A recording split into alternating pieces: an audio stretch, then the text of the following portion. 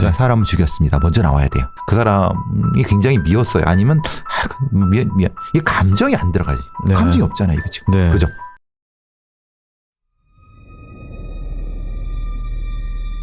2016년 7월 18일 한 무리의 형사들이 수원 장안구에 위치한 한 공영 주차장 안으로 들어왔습니다. 주차장은 수원 화성 성벽을 따라 장안문부터 화흥문까지 뻗은 대규모 공영 주차장으로 450대 이상 주차가 가능한 수원에서 두 번째로 큰 주차장이었습니다. 형사들은 각자 흩어져 넓은 주차장에서 특정 번호판을 가진 흰색 오피러스 차량을 찾기 시작했습니다. 그리고 얼마 후 찾았다는 소리와 함께 주차장 한편에 있던 흰색 차량에 모여든 형사들. 차창 너머 차량 뒷좌석의 한 여성이 얼굴에 무언가를 덮고 비스듬히 누워 있었습니다. 창문을 두드려도 아무 반응이 없던 여성. 결국 자동차의 문이 열렸는데 여성은 이미 사망한 상태였습니다. 그런데 시신의 모습이 좀 이상했습니다. 눈 결막에서는 내부 출혈로 생긴 일혈점이 확인됐고 목에는 끈 자국이 선명했습니다. 피해자는 60살의 양수자 씨였고 시신이 발견된 차량은 피해자 양 씨의 소유였습니다. 경찰의 공영 주차장에서 양 씨의 시신을 발견하게 된 건 한 통의 신고 전화 때문이었습니다. 시신 발견 몇 시간 전 자신을 변호사 사무실에서 근무한다고 밝힌 한 50대 남성이 지인에게 이상한 문자를 받았다고 신고했던 겁니다. 문자의 내용은 이랬습니다. 내가 같이 일하는 여자인 양수자와 어젯밤 말다툼을 하다 죽이게 됐어요. 시체는 공영 주차장에 있는 401호 차량이 있어요. 형님이 112에 신고를 해놓으면 제가 이번 달 내로 자수를 하겠습니다. 경찰은 문자 메시지가 구체적이라고 판단, 확인을 하기 위해 공영 주차장으로 갔고 그곳엔 정말 시신이 있었던 겁니다. 경찰은 문자를 보낸 사람의 신원을 확인했습니다. 문자를 보낸 이는 43살의 함인철 씨. 경찰은 바로 함 씨를 수배했습니다. 하지만 그는 주소지에 살고 있지 않았습니다. 가족들은 함 씨가 2년 전 사업차 외국에 나갔다고 했습니다. 그가 한국에 들어온 사실을 전혀 알지 못했습니다. 그는 왜 가족들에게 한국에 온 사실을 알리지 않고 60대 여성 양 씨를 살해한 것일까?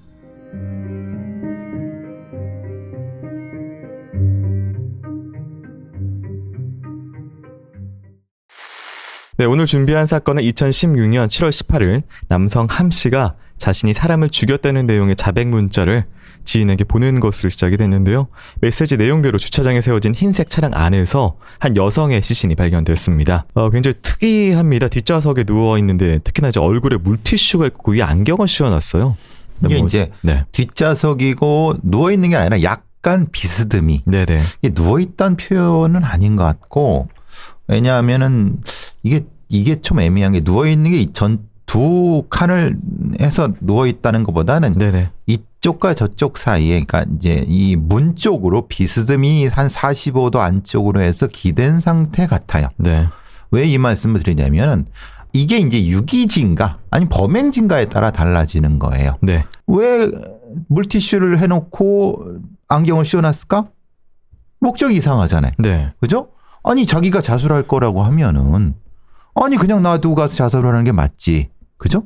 혹시 심경의 변화, 그러니까 현장에서는 어쨌든 뭔가 하고 갔는데 집에 와서 보니까 자수해야겠다. 이렇게 심경의 변화는 불가능한. 그러면은 네. 이제 죽이고 그 행동을 하고 떠난 거잖아요. 네. 그죠? 그러면 죽이는 것과 그 행동을 하는 것은 시차가 있는 거고 네. 동기가 다른 거예요. 네. 죽이는 건 죽여도 얼굴을 가리고 안경을 씌워넣어야 될 건 왜죠? 네. 전혀 맥락이 안 맞는다는 거예요. 그러니까 네. 그러면 심경 변화라고 하는 건 이상하죠. 그죠? 만약에 죽여서 그냥 안에다 처박아 놓고 갔는데 좀 마음이 좀 걸려. 네. 그래서 자수한다. 이거는 맞는데. 네. 그러니까 지금 동작이 3개가 되는 거예요. 네. 그러니까 이건 아니라는 거예요. 이게 균형이 안 맞는다는 거예요. 또 한 가지는 이제 뒷좌석 바닥에서 핸드백이 발견됐는데 안에 신분증이 있었다. 그러니까 이 피해자의 신분이 노출되는 것에 대해서 굳이, 그러니까 뒷좌석 예를 들어서 여기가 범행지가 아니거나 혹은 뭐 앞좌석이 범행지거나 아니면 이 주차장 자체가 범행지가 아니거나 어쨌든 한번 옮겼을 텐데 얼굴에 뭐 이런 덮는 행동도 하고요. 신분이 노출돼도 상관없는 상황. 하고 그다음에 또 얼굴을 덮는 거, 뭔가 가리는 거잖아요. 안 맞죠. 네. 그죠. 그럼 신분증을 갖다 버려야 되거나. 네. 얼굴은 왜 덮어요? 네. 그러니까 그럼 얼굴 덮는 용도는 얼굴을 가리는 정도는 아닐 수 있다는 거예요. 네. 그럼 신분증까지 없어져야 되죠. 네. 그럼 그걸 이거 자체가 균형이 안 맞는다고 하는 것은 이것은 단순한 형태의 그냥 우발적인 공격이 아닐 수 있겠다. 이거 그렇게 생각을 하는 게 맞겠죠. 네. 그죠? 네, 알겠습니다. 참고로 이 시신 전날 사망한 것으로 경찰 추정했는데요. 그날 공용 주차장 휴일이어서 근무하는 직원도 없었고 휴일에 주차가 공짜라서 차량 기록도 전혀 되지 않은 상태였다고 합니다. 보통 전혀, 이렇게 열어놓고 들어가는 열려 거죠. 있는 거요? 그렇죠. 네. 그러니까 기록이 안 되고 네. CCTV가 있다 하더라도 굳이 확인 안 되는 네. 그럼 그걸 알았을 수 있다는 거잖아요. 이 공간 자체에 네. 대해서. 그죠? 예. 그러니까 결국은 자기가 들어간 기록, 자기가 나온 기록이 전혀 없는데 또 굳이 자수하는 문자를 뭐 어디 걸려서 남긴 것도 아니고 굳이 자수하는 문자를 보냈다라는 게 이게 사실 뭐 우발성, 계획성 뭐 이게 뭐 전체적인 맥락을 어떻게 잡아야 될까요? 그건 문자 내용을 봐야 돼요. 네. 문자 내용이 흔히 말하는 육가 원칙에 따라서 네. 내가 네. 그리고 누구를 어떻게 어디서 왜 네. 왜하고 조금 바뀌죠? 네. 육가 원칙으로 써요. 자기가 살인을 했는데 네. 그죠? 이런 경우가 있나? 이런 경우를 이렇게 감정 상태가 되나? 그리고 내가 그러면 왜? 내가 자수하면 되지. 네. 왜 굳이 이 형님을 통해서 자수를 해야 되나? 네. 특히 이제 이 내용 부분. 네. 이건 너무나도 이게 만약에 글 쓰듯이 가는 거예요. 만약에 자수했다면 이것이 아니라 제가 네. 사람을 죽였습니다. 먼저 나와야 돼요. 네. 제가 사람을 죽였습니다. 제가 누구누구예요. 네. 그런데 그 사람이 굉장히 미웠어요. 아니면 미안. 이게 감정이 안 들어가지. 네. 감정이 없잖아요. 이거 지금. 네. 그죠? 그럼 이건 뭐예요? 이게 만약에 자수인가? 아니면 이거는 이 사람의 감정 상태가 아니라 팩트의 나열이에요. 그러니까 정보만 들어있는 그렇죠. 거죠. 정보만 들어있는 거죠. 내가 같이 일하는 여자인 양수자와 네. 어젯밤 말다툼하다가 죽이게 됐다. 육가 원칙이죠. 네. 시체는 어디에 있다. 그렇죠. 형님이 신고를 해놓으면 이번 달내로 자수를 하겠다. 매우 건조하죠. 네. 네. 필요한 것만 하는 거예요. 네. 그래서 뭐지? 라고 생각을 해봐야 되는 거고. 혹시 이 방법이 그 사망한 여성의 이제 얼굴에 이제 뭐 일혈점이 있고 뭐 이런 것들을 보면 결국은 좀 목이 졸려서 죽인 것으로 보이는데. 끈으로. 예. 네네네. 근데 이렇게 보면은 이거는 사실 감정 상태로 봤을 때 판단할 부분이 있을까? 이게 뭐. 만약에 감정 네. 상태라고 하면 손으로 했겠죠. 아니면 둔기로 공격을 했겠죠. 네. 근데 굳이 끈을 써서 돌려갖고 할 정도면은 이건 감정하고는 아니라 네. 이건 수단, 목적성이 먼저 들어가는 거예요. 죽여야겠다. 네. 네. 근데 우발적이라고 하는 건 내가 너무 미워. 그래서 막 해서 그럼 맨손으로 들어가거나 뭔가 때리거나 해야 돼. 네. 순서가 이상해져. 네. 이 피해 여성분 몸에는 어떤 구타 흔적 이런 것들은 따로 발견이 안 됐습니다. 페이셜 배터리, 네. 얼굴을 이게 되는데 네. 발로 차거나 이거 없으면 뭐지? 저는 이렇게 보면 이건 안 믿어요. 이렇게 네. 하면 이거는 이건 스테이징이다 라고 생각을 먼저 할 것 네, 같아요. 뭔가 이상한 정황이 있는데 또 한 가지는 이제 이 함씨 문자를 보냈다고 하는 사람이 2년 전 사업차 외국으로 출국한 상태, 뭐 어느 나라인지 모르나 이 가족들이 증언했는데 지금 보면 어쨌든 좀 한국에서 좀 뭔가 가족들 모르게 지금 이렇게 2년간 있었고 그리고 갑자기 그러면 네. 갑자기 나가고 들어온 기록이 없으니까 2년간 있었다는 얘기인데 가족들 출국을 안 한 거죠. 네. 그렇죠. 그리고 나서 지금 뭐 내뜸 누군가를 죽여서 이렇게 그러니까 발견이 된 상황에서 좀 이상한. 많이 이상하죠. 네. 어디 뭐 종교단체 끌려가서 했었나? 이렇게 생각해야 할 정도로 이건 뭐지? 라고 생각을 굉장히 활발하게 활동하면서 네. 사업하다가 망하고 뭐 사기치고 그러다가 뭐 치고받고 해서 그런 사람을 죽이고 이거면 이해가 되겠어요. 네. 사라졌다가 갑자기 나타나서 누군가를 죽였다. 근데 그것도 감정상으로? 근데 증거는 감정상이 아니야? 뭔가 계획적이고요. 네. 그거 아니죠. 좀 이상하죠. 이상한 네. 퍼즐들이 지금 그렇죠. 나와 있는 건데. 균형이 안 맞는 거예요. 네. 이 휴대전화 번호 주인 함씨 어디 있는 것일까? 그 행방을 찾기 위한 수사가 시작됐습니다.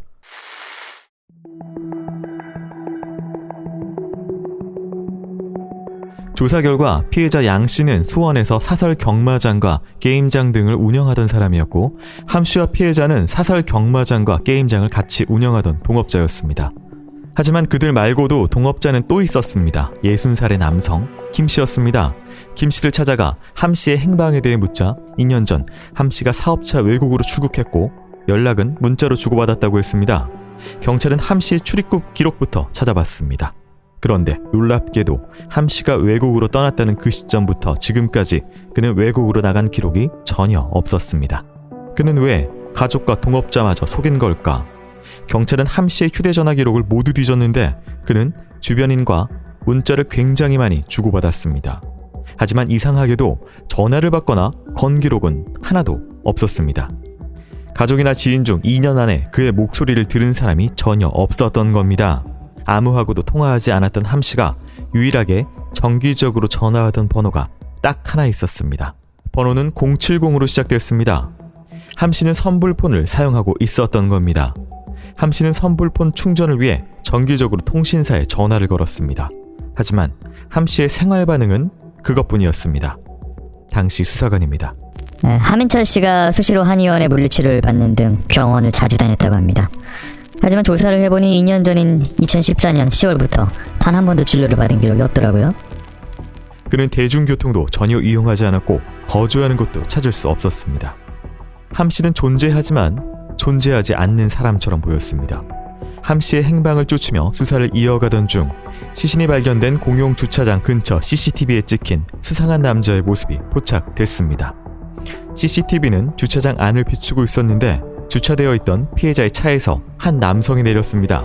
그런데 남성은 얼굴에 마스크를 끼고 있었고 차에서 내리자마자 황급히 우산을 썼습니다. 그는 한 손에 흰색 비닐봉지를 들고 프레임 밖으로 사라졌는데 그날은 전혀 비가 내리지 않는 날이었습니다.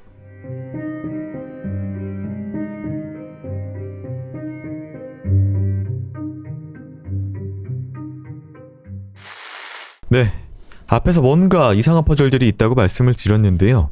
2년간 뭔가 행방이 보이지 않았던 함 씨. 관계는 양 씨와 경마 게임장을 같이 운영하던 사람이었다라는, 그러니까 피해자와 뭐 돈 관련된 것들은 좀 추정해 볼 수가 있겠네요. 그럼 관련자는 셋이죠. 네, 양 씨, 함 씨, 김 씨. 네, 김 그죠? 씨가 60살의 남성 김 씨가 네. 또 있죠. 양 씨는 죽었어요. 네, 함 씨는 죽였다고 하고 근데 모습은 지금 없어요. 네, 그리고 김 씨가 있어요. 네, 인간의 다양한 살인이라든가 이런 폭력 범죄 중에서 네, 돈 관계가 주요한 사실은 동기가 되죠. 네, 그럼 이 건에서는 세 사람을 우선 의심해 봐야 돼요. 그죠? 그럼 죽은 사람은 의심할 수 없으니까 네, 함 씨와 김 씨를 의심해 봐야 되겠죠. 혹은 함 씨와 김 씨에 관련된 사람을 의심해 보는 것이 맞는 거죠. 네, 근데 함 씨는 지금 선불폰 쓰고 기록이 없어요. 이 정도라고 하면 이 사람은 죽었다고 보는 게 맞을 거예요. 아니거나 아니면 네, 뭔가 그렇게 나타나지 않을 이유가 있거나. 선불폰 같은 경우는 자기 신원이 없어도 그냥 쓸 수 있는 거예요. 네, 그죠? 어디 가서 사갖고 충전하는 충전폰이니까. 네, 그러면 굳이 선불폰을 써야 될 이유가 뭐냐? 그것도 자기 가족한테도 신원을 알리지 않으면서. 네. 그건 사실은 좀 매우 이상한 부분인 거죠. 목소리를 들은 사람이 없다는 것도 관련되겠죠. 그렇죠. 네, 대부분 문자였고 그것도 네. 문자도 많이. 생각해보세요. 문자를 보는 게 편해요? 전화 한 번해서 그냥 한마디 하는 게 편해요? 네, 그러니까 이것은 아닌 거지. 이거는 목소리가 없나? 뭐 이렇게 생각하는 게 맞는 거죠. 특히 저희 경찰들이 많이 할 때는 병원 기록을 가장 중시합니다. 네, 왜냐하면 병원 기록은 그 사람이 안 아픈 사람이 없죠. 사실 인간은 뭐든 아픈데 병원을 한 번도 안 다녔다는 건 뭐냐면은 네. 그건 당연히 이 사람이 이상해졌다는 걸 얘기를 하는 거예요. 게다가 기존의 병원을 꾸준히 단의원을 다니던 사람이 어느 시점으로 딱 안 다니기 시작하는 2년 전부터. 그건 이상하죠. 네, 특히 이제 물리치료를 받았다고 하면 물리치료 안 받아도 아프잖아요. 네, 그럼 이건 더 이상한 거죠. 네. 알겠습니다. 자, 비도 오지 않았던 날 우산을 쓰고 사라진 남자가 CCTV에 찍혀 있습니다. 차에서 내리자마자 마치 앵글을 계산을 한 듯 얼굴을 가리지 우산을 펴고 화면 밖으로 사라졌다. 비가 오지 않는 날. 그러면 말하자면 죽일 때 쓴 그 네. 끈이라든가 뭐 이런 거. 그러니까 반드시 있어야 되는데 없는 그거야지 맞는 거죠.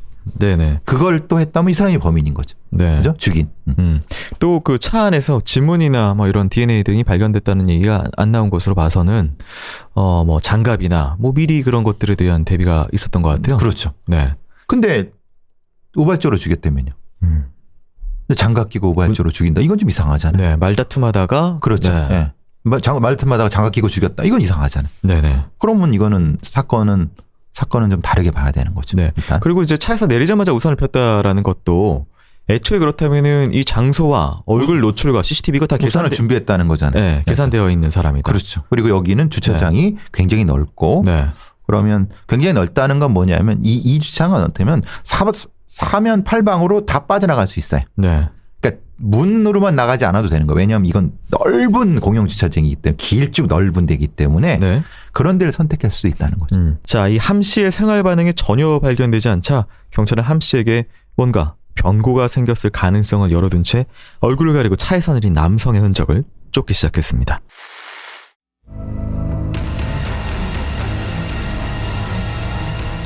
우산을 쓰고 CCTV에서 사라졌던 남자를 찾는 게 급선무였습니다. 하지만 넓은 주차장엔 CCTV가 거의 없어 근처 건물에 설치된 CCTV 전부를 수거해 남자의 행적을 쫓았습니다.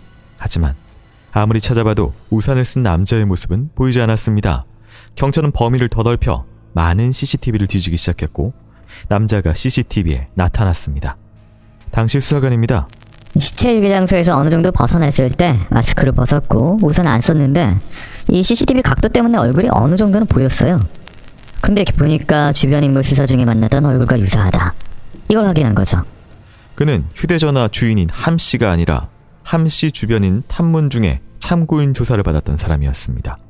차분한 목소리로 자신의 알리바이를 설명하던 동업자 김 씨였습니다.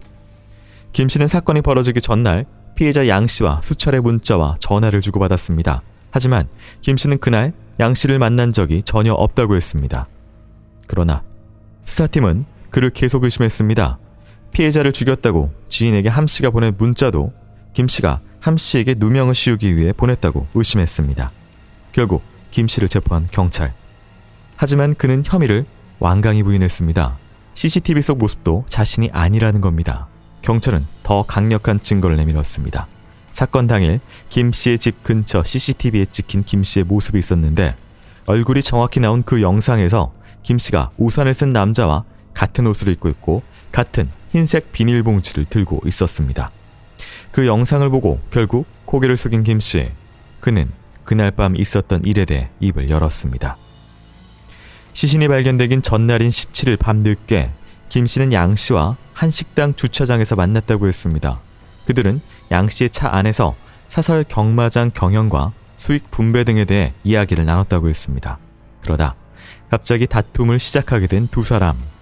김 씨가 피해자 양 씨에게 사설 경마장에 투자한 투자금 중 5천만 원을 돌려달라고 했는데 양 씨는 지금 줄 수 없다고 잘라 말한 겁니다. 그러자 언성이 높아지며 싸우기 시작했다는 두 사람. 결국 화를 내던 김 씨는 감정이 격해져 우발적으로 양 씨의 목을 손으로 졸랐다고 했습니다. 한참을 목을 조르던 김 씨는 갑자기 승용차 조수석과 콘솔 박스 사이에 있던 휴대전화 충전 케이블을 들어 다시 양 씨의 목을 졸라 살해했다고 했습니다.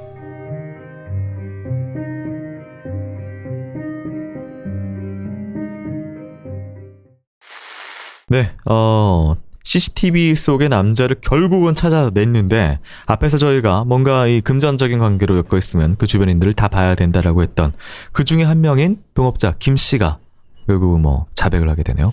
어차피 관련자는 네, 거기에서 나올 수밖에 없어요. 네, 그리고 범인들이 착각하는 게 그 주변만 우산 쓰고 다니면은 못 찾을 것 같죠? 근데 경찰들은 네, 거기서부터 시작해갖고 며칠치를 다 찾습니다. 네. 이동거리 속도 네. 시간 다 따져가지고. 블랙박스부터 시작해서 하다못해 여기 금전 ATM기에 있는 CCTV까지 다 뒤집니다. 네, 요즘은 탐문보다는 형사들이 주요하는 게 그거예요. CCTV 수사. 네, 그러니까 그건 못 찾을 수가 없는 상황인 거고. 네, 어쨌든 그러니까 관련자일 수밖에 없는 거고 그건 부정해라 부정할 수가 없어요. 자기 얼굴이 나왔는데 어떻게 하겠어요. 네. 예. 그럼 앞에서 저희가 이상했다고 했던 형님 이 문자를 좀 해서 자백 좀 먼저 얘기 좀 해주십시오라고 했던 그 문자 내용, 그 김씨 지금 동일인이거든요. 그렇다면 이 문자를 함 씨가 과연 진짜 보낸 것인가 하는 의심도 또 강력하게 들어요. 자기가 받은 거잖아요. 네, 자기가 받았다고 경찰한테 가서 그러니까 얘기를 했죠. 자기 알리바이를 그걸로 입증하려고 하는 거. 나는 아니다. 네. 제가 한 거다.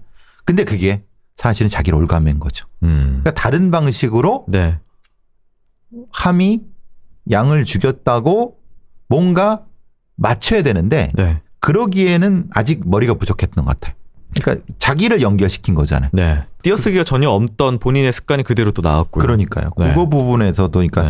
약간 좀 계획성이 떨어지는 사람 같아요. 알겠습니다. 자, 그렇다면 이제 살인을 내가 했다라고 주장하는 내용이 있어요. 한 식당 주차장에서 만났다.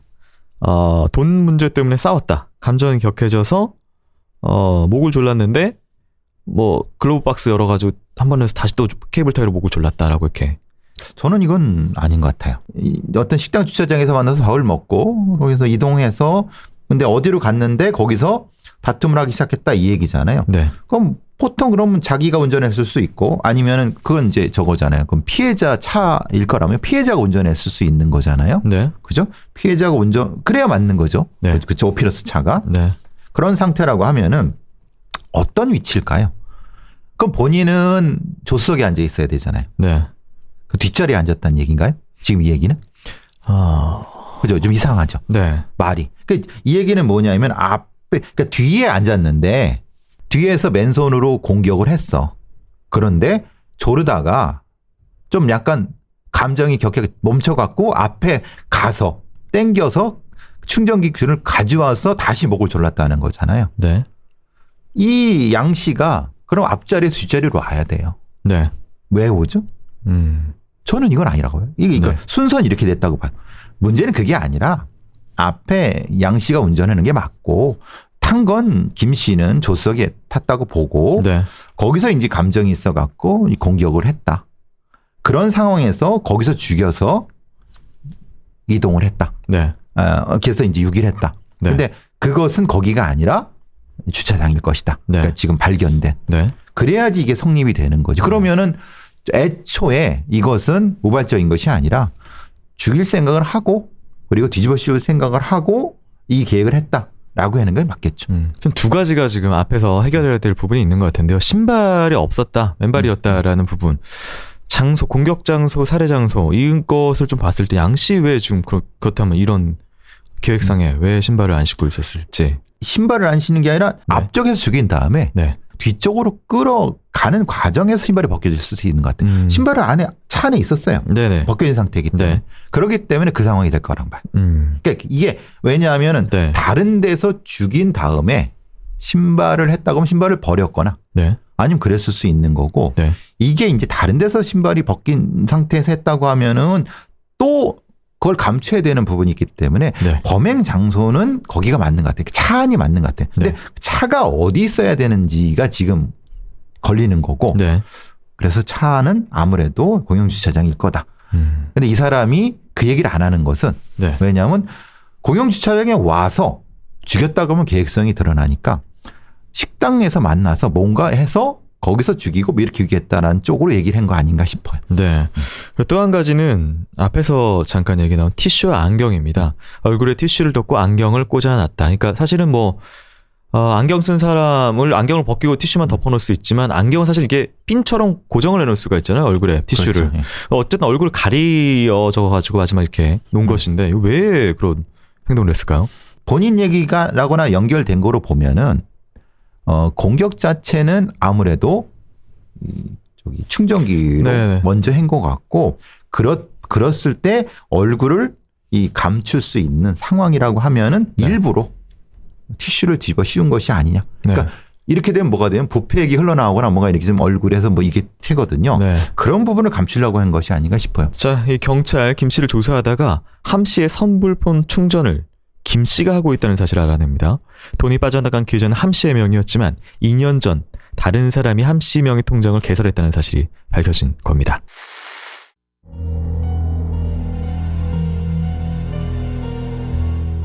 사건이 벌어지기 약 3년 전인 2013년 9월 김 씨는 대부업 사무실을 운영하던 함 씨와 양 씨를 알게 됐습니다.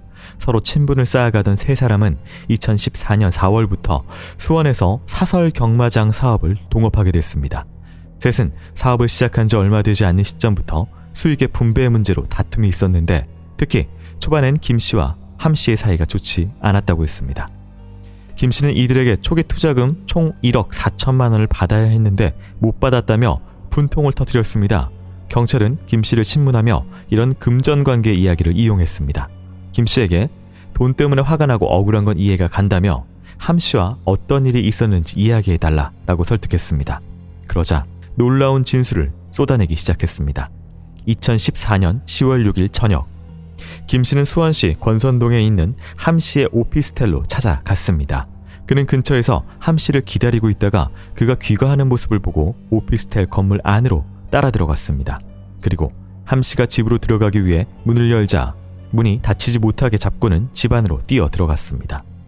평소 수익 분배에 불만이 쌓일 대로 쌓여있던 김 씨는 들어가자마자 따지기 시작했습니다. 그는 함 씨에게 사설 경마장에 들어간 투자 금액을 빼주고 이익금도 당장 돌려달라며 화를 냈다고 했습니다. 함 씨는 당황한 표정을 지으며 사장님 갑자기 왜 이러십니까? 지금은 돈을 줄 수 없습니다. 라며 차분히 대응했다고 했습니다. 하지만 김 씨의 화는 풀리지 않았습니다. 두 사람은 점점 언성이 높아졌고 결국 몸싸움까지 하게 됐습니다. 격분한 김 씨는 옆에 있던 6kg의 아령을 집어들어 함 씨의 발등을 힘껏 찍었습니다.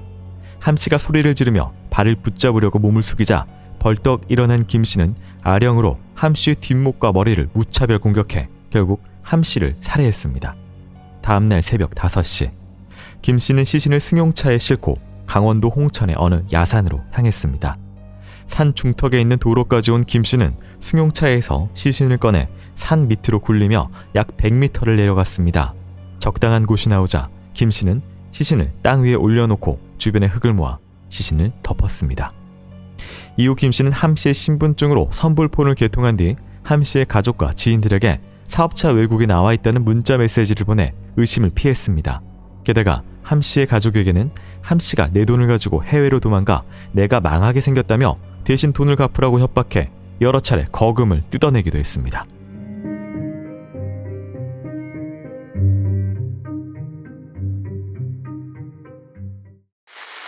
네, 참고로 이 김 씨 범행이 발각될 위기가 있었는데 함 씨를 살해하고 시신 처리하기 전에 함 씨 누나가 동생 함 씨의 집에 찾아왔던 겁니다. 김 씨가 함 씨를 살해하고 나서 함 씨의 휴대전화로 누나에게 사업차 외국 간다라고 문자를 보내서 누나가 깜짝 놀라서 찾아왔던 것이었는데 그때 김 씨가 뻔뻔하게 누나에게 내 돈 가지고 도망갔다. 어떡할 거냐. 우리 화해를 내서 누나가 오히려 사과를 하고 그 돈도 대신 물어주고 이랬던 일이 있다고 합니다. 이 지금 김 씨의 논리대로라고 하면 이거잖아요. 나는 아무것도 몰라. 되게 순진한데 함과 양한테 대보를 하는 되게 그 사기꾼 같은 애들한테 속아갖고 돈도 뺏겼어. 그래서 내가 화가 나서 했는데 우발적으로 다투다 보니까 내가 몸도 약해 그랬는데 얘 몸이 저기 큰 애를 어떻게 하겠어. 근데 하필 그게 아령이 있어갖고 때려갖고 죽이게 됐어. 우발적 살인. 네. 그리고 책임은 함과 양한테 있는 거예요. 동기가 최초의 동기. 네. 그러면 전제가 김이 함과 양한테 1억 4천을 일방적으로 투자했다고 하는 그게 전제가 있어야 되는 거예요. 네. 근데 저는 이거는 아닌 것 같다는 생각이 들어요. 그 전제부터 확인을 해야지 이게 성립이 되는 건데 네. 만약 그게 아니라 함과 양과 김이 다 나쁜 놈들이고 네. 네? 나쁜 놈들이고 그냥 뭔가 사설 경마장이라고는 불법적인 걸 하면 하는데 돈이 투자한 것이 아니라 어떻게 하다가 이제 이게 돈이 탐나갖고 네. 함과 양을 죽였다. 이럴 수도 있는 거예요. 이건 팩트 어디가 팩트인지를 확인을 해야지 네. 이 성립이 될 수 있는 것 같아요. 어쨌든 뭐 계속해서 이제 우발적 살인을 주장하긴 했는데 이 패턴이 똑같죠. 네. 뒤에 이제 60대 여성 양 씨를 살해한 부분에 있어서도 우발성 관련된 이야기를 했는데 사실 보면은 앞에서 똑같이 경마장 돈 때문에 이 40대 함 씨를 죽인 게 있기 때문에 뒤에 이 우발성은 사실은 그렇죠. 네, 똑같죠. 받아들이기가 좀 돈 내놔. 내 돈 내놔. 네. 내 돈 내는데 안 줘. 그러니까 뭐 이제 화가 나서 때려서 목 졸라서 죽였다. 네. 둘 다 똑같아요. 패턴이. 네. 그럼 그걸 믿을 수 있나요? 그리고 이렇게 마치 내가 정말 난 착한 사람인데 정말 욱해서 어쩔 수 없이 뭐 감정에 못 이겨서 했다라는 사람 치고는 선불폰을 개통해서 내가 있는 것 같이 신분을 위조할 계획을 세우고 그걸 보고 온 누나한테 오히려 돈을 내놔라고 더 사기를 한 번 더 치고 이게 사실 캐릭터가 안 맞는 듯이 보이거든요. 그래서 오히려 김 씨가 김이 더 전체의 기획자일 수 있겠다. 네. 그러다가 보니까 함과 양이 거기에 넘어가 갖고 뭔가 반대로 함과 양이 내 돈 내놔 라고 해고 그래서 함가영을 죽였다. 네. 라고 보는 게 맞는 것 같다는 생각이 들어요. 제가 보기엔. 이 결국 2명을 살해한 죄로 재판을 받게 된 김 씨, 1심에서 무기징역 선고를 받았습니다. 그런데 이 재판 도중에 놀라운 사실이 밝혀졌는데요. 알고 보니까 김 씨가 2001년에 자신의 아내를 살해해 교도소에서 12년을 복역하고 출소했다는 사실이 알려진 겁니다. 2001년 5월 차 안에서 아내와 다투다 아내의 목을 졸라 기절시키고 차량에 불을 질려 숨지게 해 살인 및 사체 손괴 혐의로 교도소에서 복역하다가 2013년 5월에 출소를 했고 약 1년 5개월 뒤에 함 씨 살해하고 2년 뒤에 양 씨까지 살해를 했던. 근데 여기서는 어떻게 했냐면 기절시킨 다음에 불을 질러 죽이겠다는 거예요. 아니, 그게 아니죠. 네. 죽인 후에 사체를 손괴했을 수 있는 거죠. 네. 이건 패턴을 봐야 되는데 네. 근데 이런 살인자가 우발적으로 그것이 인정이 돼 갖고 딸랑 12년밖에 안 살았어요. 네. 그죠? 아내 살해 혐의가 1심에선 무기징역 받았는데 2심에서 12년으로 감형됩니다. 그렇죠. 네. 근데 이게 변하나요? 2번이나 똑같이 됐죠. 네. 이 사람은 변하지 않는 사람으로 그럼- 계속 똑같이 사람을 죽였네요. 그렇죠. 네. 이게 사실은 그래서 결국은 김이 네. 모든 사건의 주범일 수 있겠다는 생각이 드는 거예요. 네. 처음에 무기징역 때 이게 감형이 안 돼서 그대로 있었으면은 두 사람은 네. 안 죽었을 수도 있죠. 네. 근데 그건 모르지만 어쨌든 사람을 죽였는데 그것도 자기 아내를 잔혹하게 살해한 다음에 불까지 질렀는데. 그렇고 사체 손괴까지 했는데 네. 달랑 12년이라 이건 너무 심한 거 아닌가요? 네. 어떤 이유에서인지는 알려지지 그렇죠. 않습니다. 네. 그러니까 보통 이런 경우가 참 안타깝은 거죠. 네. 2001년도 상황이라 하더라도 어쨌든 결국은 이런 종류의 범죄자들은 패턴이 그 다음에도 유지가 되고 그 다음에는 더 진화가 될 수 있다는 걸 보여주는 사건이라고 보여집니다. 네. 자, 이 동업자 2명 살해한 이 김 씨, 이 사건 1심에서 무기징역 선고받았는데 이후 재판이 기사로는 또 알려진 게 없어서요. 뭐 확인이 안 되긴 했지만 혹시 뭐 항소심 했다고 하더라도 이번에는 부디 이 앞 케이스를 받아서 감형이 안 되는, 네, 그게 맞는 거. 또 나오면 또 비슷한 범죄 저지를 것 같네요. 그래서 동기를 찾아야 된다는 거예요. 네. 이 범죄자의 말을 그대로 믿고 우발적이도 했다는 걸 그대로 공소장에 쓰면 안 된다는 거예요. 검사도 그렇고 판사도 네. 받으면 안 된다는 거죠. 네, 알겠습니다. 자, 오늘 저희가 준비한 사건 여기까지입니다. 오늘의 크라임 여기까지입니다. 교수님 오늘 수고 많으셨습니다. 수고하셨습니다.